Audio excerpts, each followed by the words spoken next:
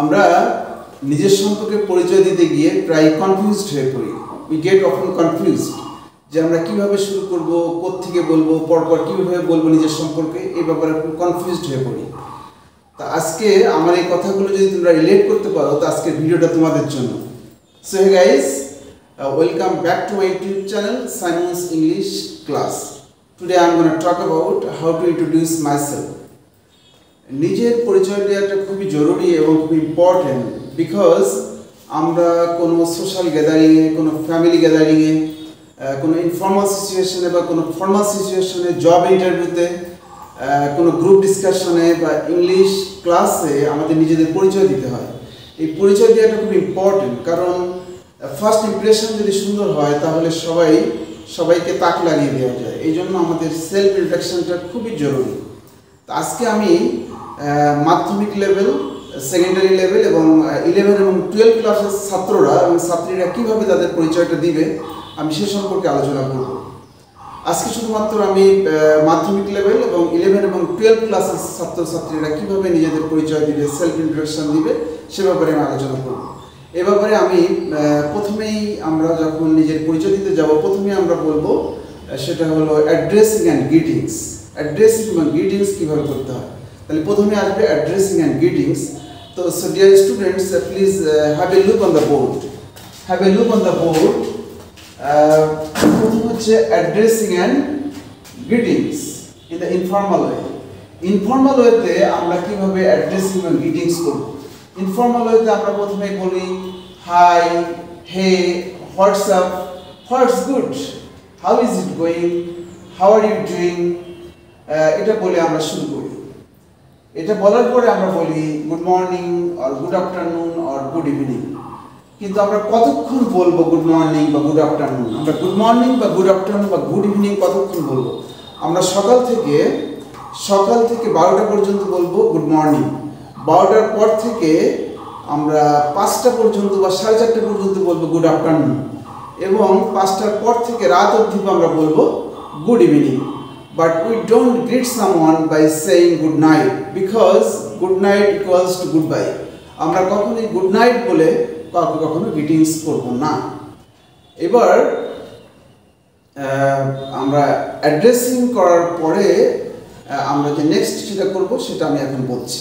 এখন আমরা দেখব যে ফর্মাল ওয়েতে আমরা কিভাবে অ্যাড্রেসিং এবং গ্রিটিংস করব ফর্মাল ওয়েতে। So have a look on the board.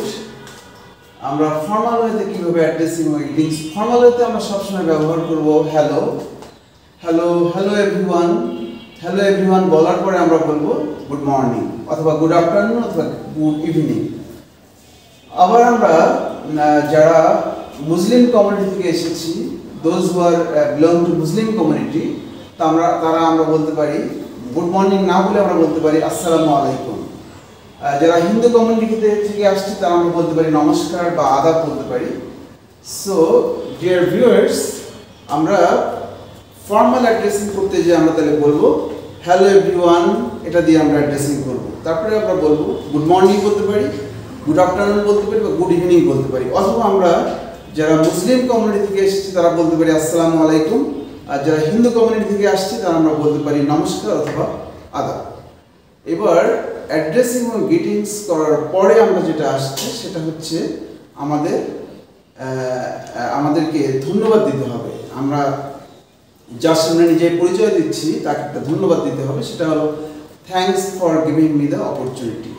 Thanks for giving me the opportunity. তারপরে বলতে হবে so let me introduce myself. So let me introduce myself, কথা বলতে হবে।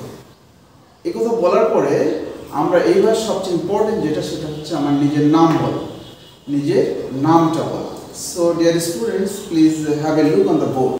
তাহলে অ্যাড্রেসিং এবং গ্রিটিংসের পরে আমাদের হচ্ছে নিজের নাম বলার পালা। নিজের নাম আমরা কীভাবে বলবো? So have a look on the board.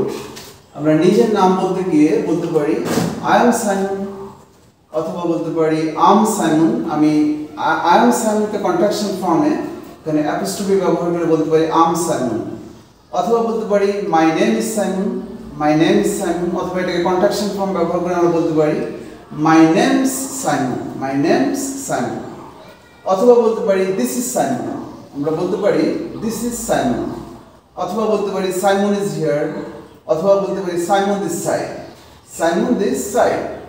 কিন্তু আমরা দিস ইজ সাইমন কখন বলবো, দিস ইজ সাইমন কখন বলবো, বা সাইমন ইজ হিয়ার কখন বলবো, বা সাইমন দিস সাইড কখন বলবো? আমরা কখনোই ফেস টু ফেস যখন ইন্টারভিউ হবে, ফেস টু ফেস ইন্টারভিউতে আমরা কখনোই দিস ইজ সাইমন বলবো না।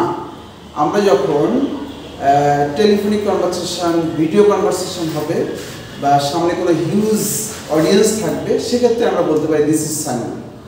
অথবা আমরা কোথায় বলবো here is Simon, here is Simon বলতে গেলেও আমরা টেলিফোনিক কনভারসেশন এটা বলতে পারি, বা চ্যাটের সময় আমরা বলতে পারি হিয়ার ইজ সাইমন, বা সাইমন দিস সাইড বলতে পারি, Simon this side. Simon this side বলতে গেলে এটাও আমরা টেলিফোনিক কনভারসেশনে আমরা এটা বলতে পারি। কিন্তু আমরা কখনোই ফেস টু ফেস কনভারসেশনে, ফেস টু ফেস ইন্টারভিউতে আমরা কখনোই দিস ইজ সাইমন বা সাইমন ইজ হিয়ার বা সাইমন দিস সাইড এই কথাটা আমরা বলবো না।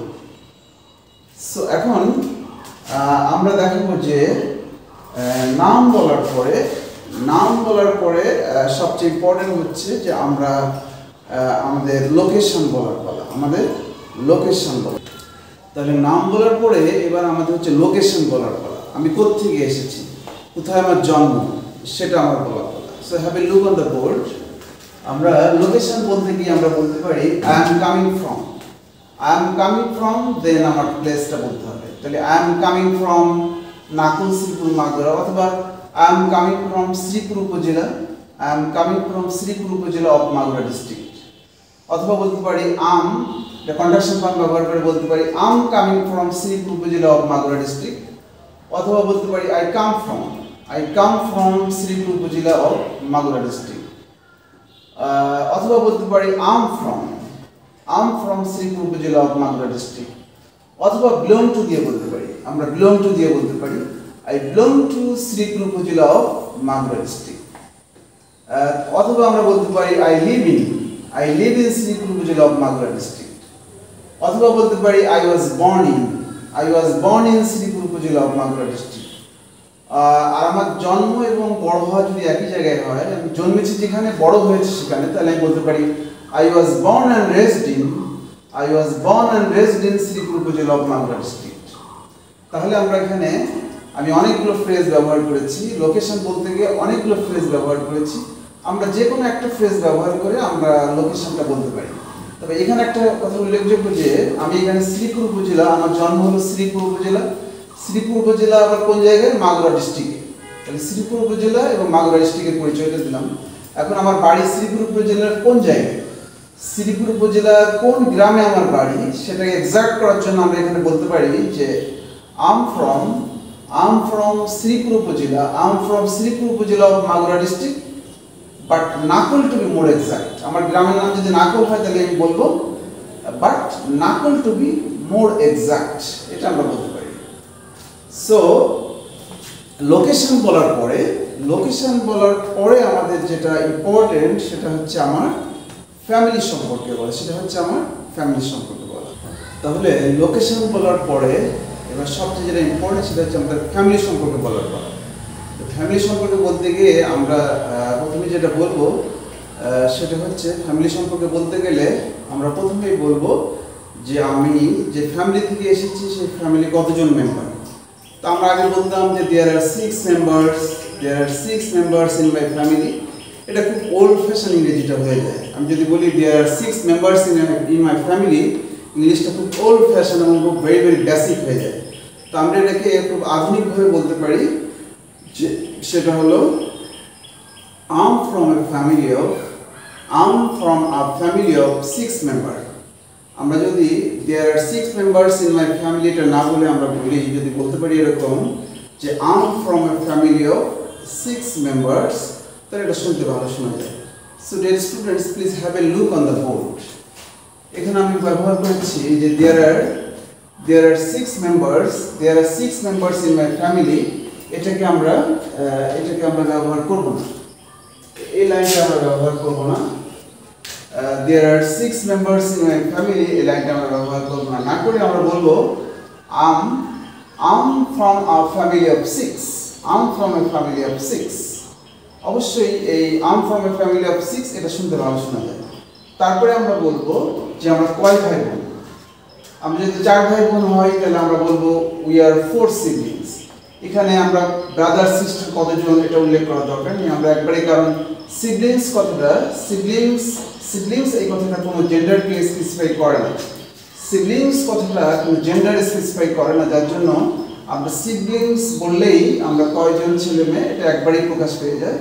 সো আমি যদি বলি উই আর 4 সিবলিংস, তাহলে আমরা 4 ভাই বোন। আমরা যদি 4 ভাই বোন হই তাহলে আমি বলবো উই আর 4 সিবলিংস। আমরা যদি 2 ভাই বোন হই তাহলে বলবো উই আর 2 সিবলিংস। আমরা যদি 3 ভাই বোন হই তাহলে বলবো উই আর 3 সিবলিংস। এবং 4 ভাই বোনের মধ্যে আমার পজিশন কত, আমি কি প্রথম, আমি কি সবার বড়, নাকি আমি মেঝো, নাকি আমি ছোট, সেটা বলার জন্য আমরা এরকম বলতে পারি and I am the oldest one, and I am the oldest one. আমি যদি সবার বড় হই তাহলে বলবো and I am the oldest one. আমি যদি মেজো হই তাহলে বলবো and I am the middle one. আর যদি আমি সবার ছোট হই তাহলে আমি বলবো I am the youngest one. এরপরে আমি যদি একাই হই, আমার যদি কোনো ভাই বোন না থাকে, তাহলে আমি বলবো I am an only son or daughter of my parents. আমি যদি একমাত্র ছেলে হই অথবা একমাত্র মেয়ে হই তাহলে আমি বলবো I am an only son or daughter of my parents. তারপরে আমি যেহেতু স্টুডেন্ট, তো আমি পিতা এবং মাতার নামটা বলবো, পিতা এবং মাতার নামটা আমি এখানে বলবো। তাহলে আমি বলতে পারি my father's name is Sheikh Nuruzzaman. এবং শেখ নুরুজ্জামান কি করেন আমার পেশাটা দিয়ে দিতে হবে। My father's name is Sheikh Nuruzzaman, who is a businessman. And my mother's name is Musammat Taklima Begum, who is a housewife. যদি আমার পিতা বিজনেসম্যান হয় তাহলে বিজনেসম্যান বলবো, যদি ব্যাংকার হয় তাহলে ব্যাংকার বলবো, যদি গভর্নমেন্ট এমপ্লয়ি হয়, গভর্নমেন্ট এক্সিকিউটিভ হয় সেটা বলবো, যে প্রফেশন হয় সেই প্রফেশনটা আমি এখানে উল্লেখ করবো।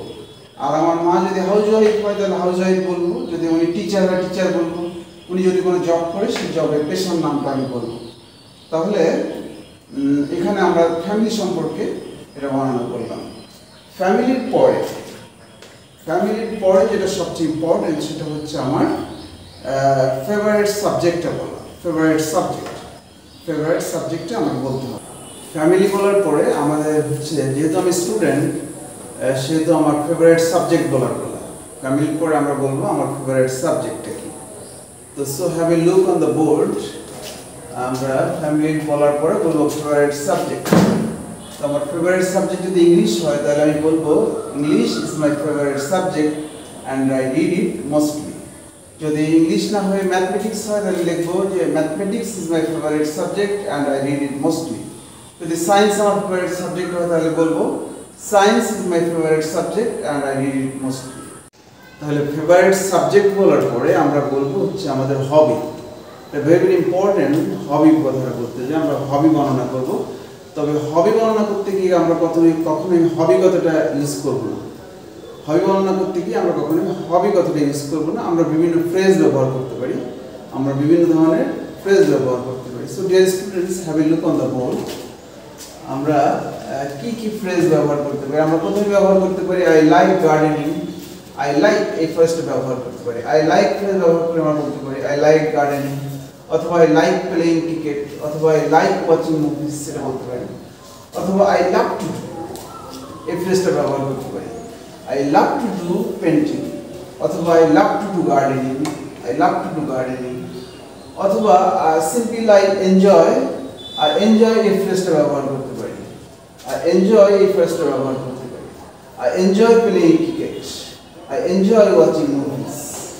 অথবা ব্যবহার করতে পারি I am interested in playing chess, or I am interested in watching movies. অথবা আমরা অন্য একটা ফ্রেজ ব্যবহার করতে পারি আই অ্যাম ফন্ড অফ। তাহলে আমরা বলতে পারি I am fond of playing cricket, অথবা I am fond of playing football. তাহলে আমরা দেখলাম যে এখানে আমরা কয়েকটা ফ্রেজ ব্যবহার করতে পারি। এই ফ্রেজের যে কোনো একটা নিতে পারি। সিম্পলি আই লাইক নিতে পারি, আই লাভ টু ডু এই ফ্রেজটা নিতে পারি, অথবা সিম্পল আই এনজয় ফ্রেজটা নিতে পারি, অথবা আই অ্যাম ইন্টারেস্টেড ইন এই ফ্রেজটা ব্যবহার করতে পারি, অথবা আই অ্যাম ফন্ড অফ এই ফ্রেজটা ব্যবহার করতে পারি। সো আমরা হবি বর্ণনা করতে গিয়ে আমরা অনেকগুলো ফ্রেজের মধ্যে যে কোনো একটা ফ্রেজ ব্যবহার করতে পারি। ওকে, হবির পরে, হবি বর্ণনা করার পরে যেটা সবচেয়ে ইম্পর্টেন্ট সেটা হচ্ছে আমার এমটা বলা। যেহেতু আমি একজন স্টুডেন্ট, আমার এমটা বলা খুব জরুরি। So have a look on the board. Hobby বলার পরে যেটা ইম্পর্টেন্ট সেটা হচ্ছে আমার এমটা বলা। যেহেতু আমি স্টুডেন্ট, সেই জন্য আমার এমটা বলা খুব জরুরি। তাহলে আমরা এমটা কিভাবে বলতে পারি? So have a look on the board. আমি আমার এমটা বলতে গিয়ে আমি বলতে পারি my aim is to become a doctor or engineer or government executive, something like that. তাহলে আমরা এই ফ্রেজটা ব্যবহার করতে পারি my aim is to become, এই ফ্রেজটা ব্যবহার করে আমরা আমার এমটা বলতে পারি। আমি বলতে পারি যে my aim is to become a doctor or engineer or government executive or businessman or teacher, something like that. Then আমরা সিম্পল I want to কথাটা ব্যবহার করেও I want to এই ফ্রেজটা ব্যবহার করে আমরা আমার এমটা বলতে পারি। যেমন I want to become a doctor or engineer or teacher, something like that. অথবা শুধু I wish to এই ফ্রেজটা ব্যবহার করে আমরা আমার এমটা বলতে পারি। যেমন I wish to become a teacher or engineer or doctor or executive, government executive, something like that. এখানে আমরা একটু, যেহেতু আমি স্টুডেন্ট, আমার দেশপ্রেমের কথা আমি বলতে পারি। যেহেতু আমি স্টুডেন্ট, আমার দেশপ্রেমের কথা বলতে পারি। সেটা হলো যে বাট মাই ফার্স্ট